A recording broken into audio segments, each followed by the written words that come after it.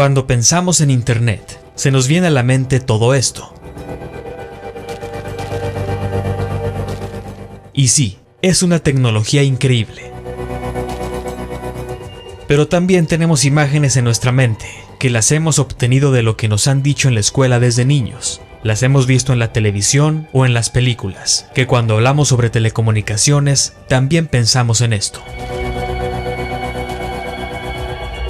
Pero, ¿qué tan cercanas a la realidad son esas imágenes? ¿Cómo se conecta el mundo entero a Internet? ¿Hay satélites flotando allá arriba? Primero, tenemos que saber cómo funcionan las telecomunicaciones y el Internet a nivel mundial. La realidad, y se puede comprobar, es que todos los países en los distintos continentes están conectados a Internet a través de cables submarinos de fibra óptica. Así es, con cables. Si bien la mayoría de nosotros ahora experimentamos Internet a través de Wi-Fi y planes de datos telefónicos, esos sistemas eventualmente se conectan con cables físicos que transportan rápidamente la información a través de los océanos.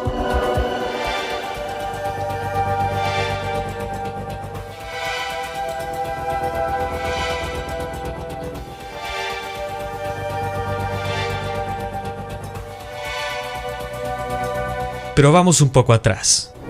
Los países empezaron a conectar con cables desde el siglo XIX. El primer cable transatlántico se completó en 1858 para conectar a Estados Unidos y Gran Bretaña. La reina Victoria conmemoró la ocasión con un mensaje al presidente James Buchanan, que tardó 16 horas en transmitirse. Fue un evento revolucionario que la comunicación más allá del océano se hiciera posible, aunque el sistema de comunicación era en ese entonces el telégrafo. En 1866 se completó el cable submarino transatlántico y las redes de cable submarino en el mundo se expandieron gradualmente. Los años siguientes se fueron colocando más cables que conectaron a más países y continentes entre sí. En 1876 se inventó el teléfono y se expandió dramáticamente como un método de comunicación. En 1891 se construyó el primer cable submarino para el teléfono del mundo en el Canal de la Mancha.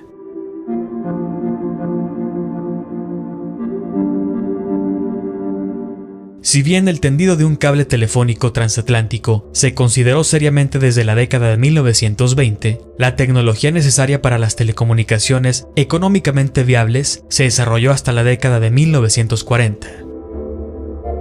En 1956 se colocó el primer cable transoceánico, el TAT-1. Este solo podía llevar 36 llamadas a la vez, pero también contenía una línea directa de Moscú a Washington, D.C. A inicio de los años 60, ya tenían la idea de poder conectar computadoras entre sí. En 1964, se construyó el primer cable submarino transpacífico, TPC-1, y después de eso, se construyeron continuamente muchos otros cables submarinos transpacíficos.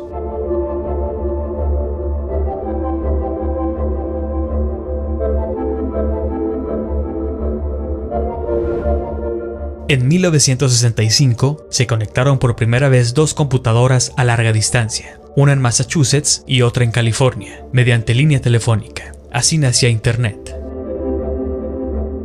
En 1969, Estados Unidos crea una red militar llamada ARPANET, que al inicio eran solo 4 computadoras conectadas en diferentes universidades, pero 2 años después ya eran 40. Así continuó creciendo la red de redes con cables mediante línea telefónica. En esa época, los cables transoceánicos eran cables coaxiales que transmitían señales de banda de voz, multiplexadas en frecuencia, pero las conexiones eran muy lentas. Muchos de estos cables todavía se pueden utilizar, pero se han abandonado porque su capacidad es demasiado pequeña. Algunos se han utilizado como instrumentos para medir ondas sísmicas y otros eventos geomagnéticos. En la década de 1980 se inventó un cable submarino óptico. Se hicieron posibles las telecomunicaciones con alta calidad y capacidad. El primer cable telefónico transatlántico que utilizó fibra óptica fue el TAT-8. que entró en funcionamiento en 1988. Podía transportar 36.000 llamadas a la vez. Durante el transcurso de la década de 1990, muchos más cables fueron colocados, hasta llegar a la actualidad con cientos de cables, lo que refleja el aumento en el uso de Internet en todo el mundo. Hoy en día, el método principal para las telecomunicaciones internacionales es con el uso de cables submarinos. Los cables modernos utilizan tecnología de fibra óptica para transportar datos digitales, que incluyen el tráfico telefónico, de Internet y de datos privados. La confiabilidad de los cables submarinos es alta, especialmente cuando hay múltiples rutas disponibles en caso de rotura de un cable. Además, la capacidad de carga total de los cables submarinos es de terabytes por segundo. En los últimos años, muchas instalaciones de cables submarinos están creciendo en todo el mundo, ya que se requiere de una infraestructura de comunicaciones con mayor velocidad y mayor capacidad, debido al rápido crecimiento de Internet. Los cables son más seguros en aguas profundas, donde pueden descansar sobre un lecho marino relativamente plano, y no se frotan contra las rocas ni corren riesgo de sufrir otras alteraciones. Cuanto más profundo, mejor.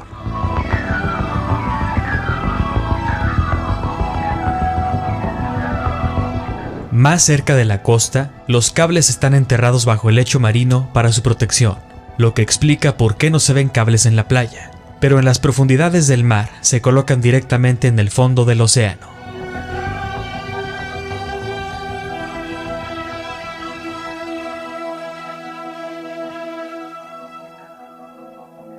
Este es un ejemplo de perfil de lecho marino de ruta de cable transatlántico. Son miles de kilómetros entre una costa y la otra, y como se observa, el nivel es siempre plano, por supuesto con su respectivo relieve, pero no se toma en cuenta ninguna curvatura.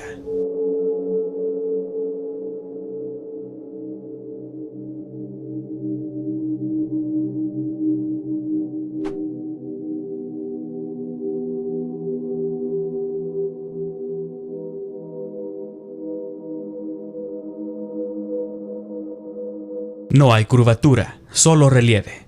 El agua siempre mantiene su nivel horizontal entre masas continentales. Por eso se habla del nivel del mar. Como se ve en esta ilustración, en 13.000 kilómetros de distancia, el océano mantiene su mismo nivel, solo cambia el relieve y la profundidad. Todos los cables actualmente en servicio utilizan tecnología de fibra óptica.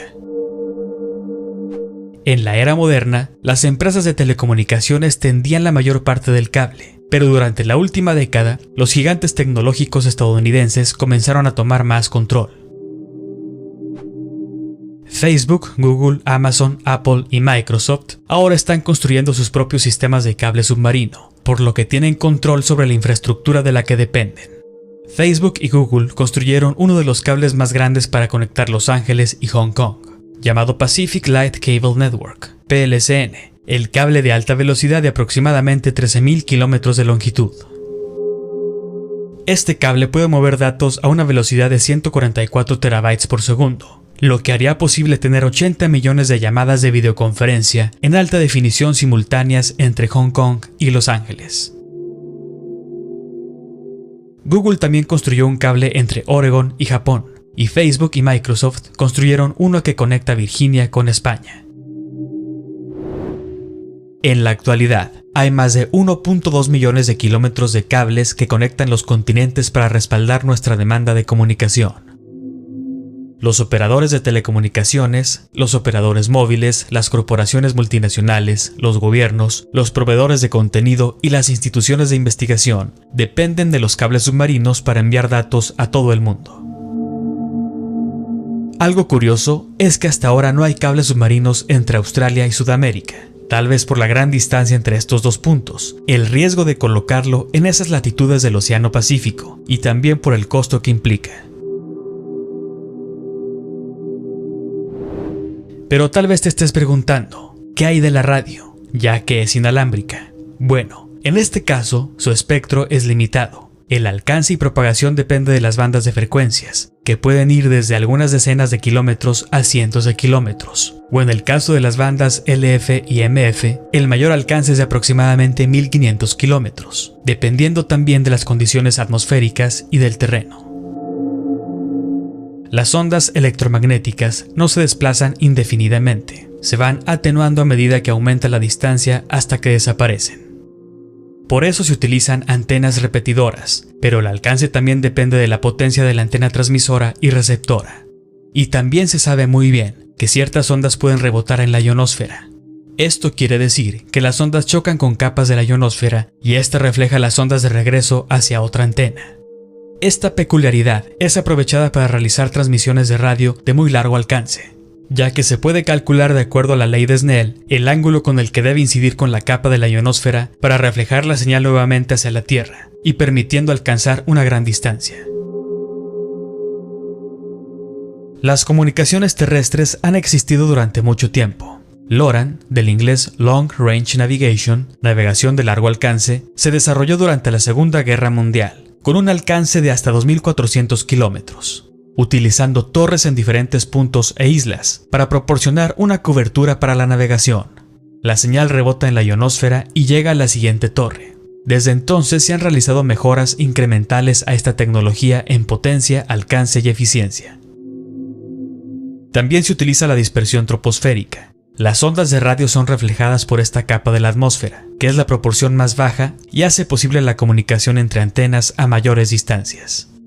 Por eso vemos también antenas parabólicas orientadas en una dirección específica para recibir la señal. Es así como funciona también la llamada TV satelital, ya que son ondas electromagnéticas. Recordemos que las ondas de radio son un tipo de radiación electromagnética, más conocida por su uso en tecnologías de comunicación como la televisión, los teléfonos móviles y por supuesto la radio. Entonces, así es como funciona la transmisión en todos estos servicios que usamos diariamente, no con satélites en el espacio.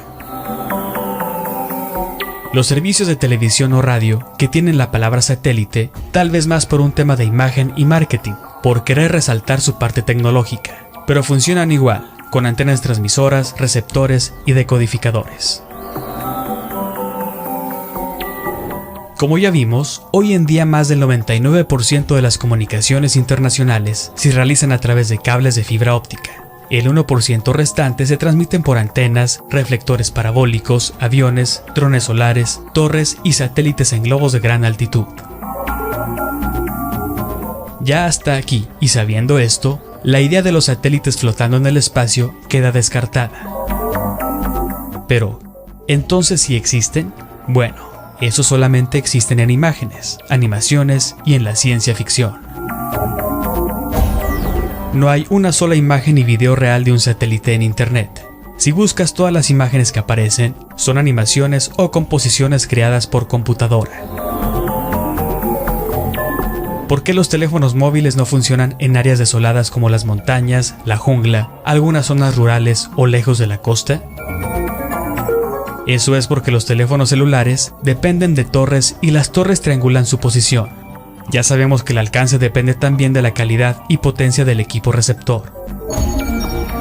Si fuera por satélites en el espacio, entonces se tendría señal en cualquier lugar de la Tierra y no se perdería. Los orígenes de los satélites provienen de la mente del famoso escritor de ciencia ficción Arthur C. Clarke. Él escribió la propuesta de 1945 de Arthur C. Clarke para las comunicaciones por satélite geoestacionario.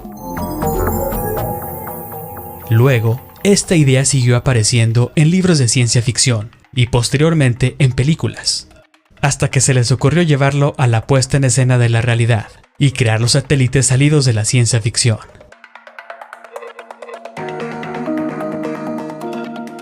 En 1968, Stanley Kubrick hizo una película de 2001, Una Odisea al Espacio, de la novela del mismo nombre de Clarke.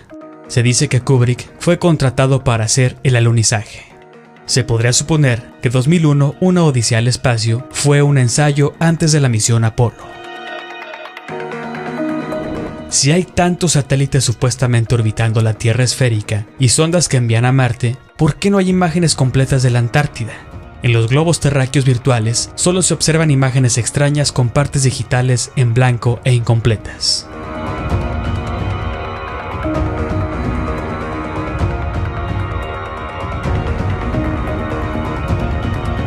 ¿Cómo sobreviven los satélites a más de 2200 grados centígrados en el espacio?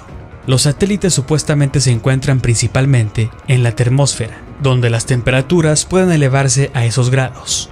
Solo hay 7 elementos en la tabla periódica que podrían resistir este calor, y ninguno se ha utilizado para satélites. Si buscamos algunos ejemplos de empresas que están involucradas en el negocio de los satélites, podremos ver que los accionistas mayoritarios detrás de estas empresas son los Rothschild. Y al investigar otras empresas importantes de medios de Estados Unidos, nos daremos cuenta que son también los mismos, o grupos poderosos de élite, los que están detrás y controlan esto.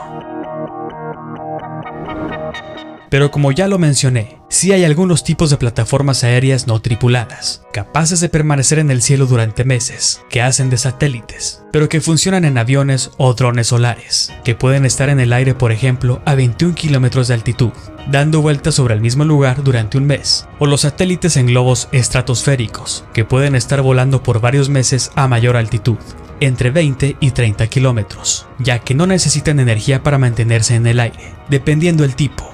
Pueden necesitar potencia para sus motores, si quieren permanecer en una posición precisa y no desviarse debido a los vientos. Incluso sin motores, pueden intentar permanecer casi estacionarios, cambiando su altitud para atrapar los vientos que los impulsan en la dirección correcta.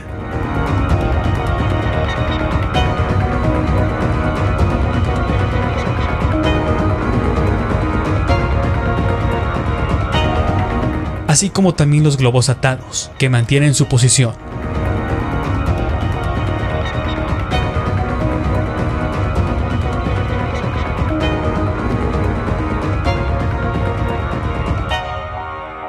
Los globos sin ataduras que funcionan con energía solar son el diseño más útil.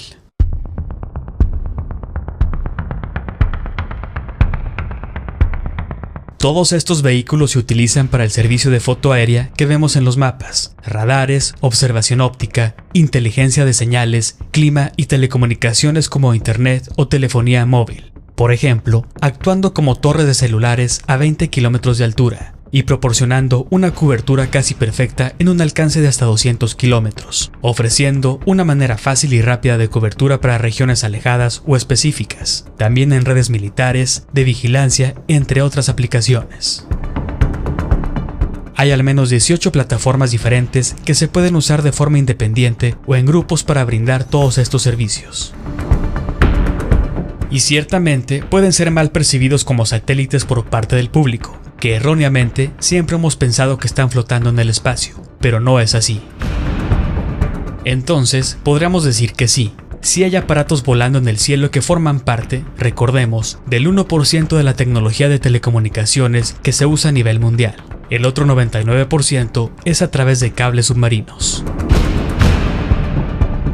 No tiene sentido arriesgarse continuamente a lanzar satélites al espacio si ya existen sistemas terrestres más rentables, confiables y fáciles de mantener, lo cual es cierto.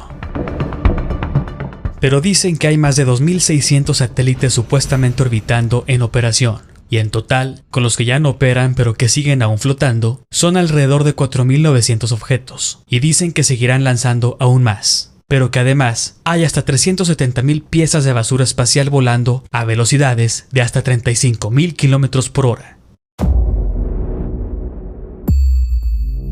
Después de ver y comprender cómo funcionan las telecomunicaciones realmente, podemos darnos cuenta y tener una idea clara de lo que pasa en este mundo. Y uno de los aspectos más importantes para entenderlo es viendo el costo de un satélite, de los que supuestamente lanzan al espacio, que va desde los $50 millones a los 450 millones, más otros millones por el costo de lanzamiento, más otros millones al mes por monitorearlo, etc.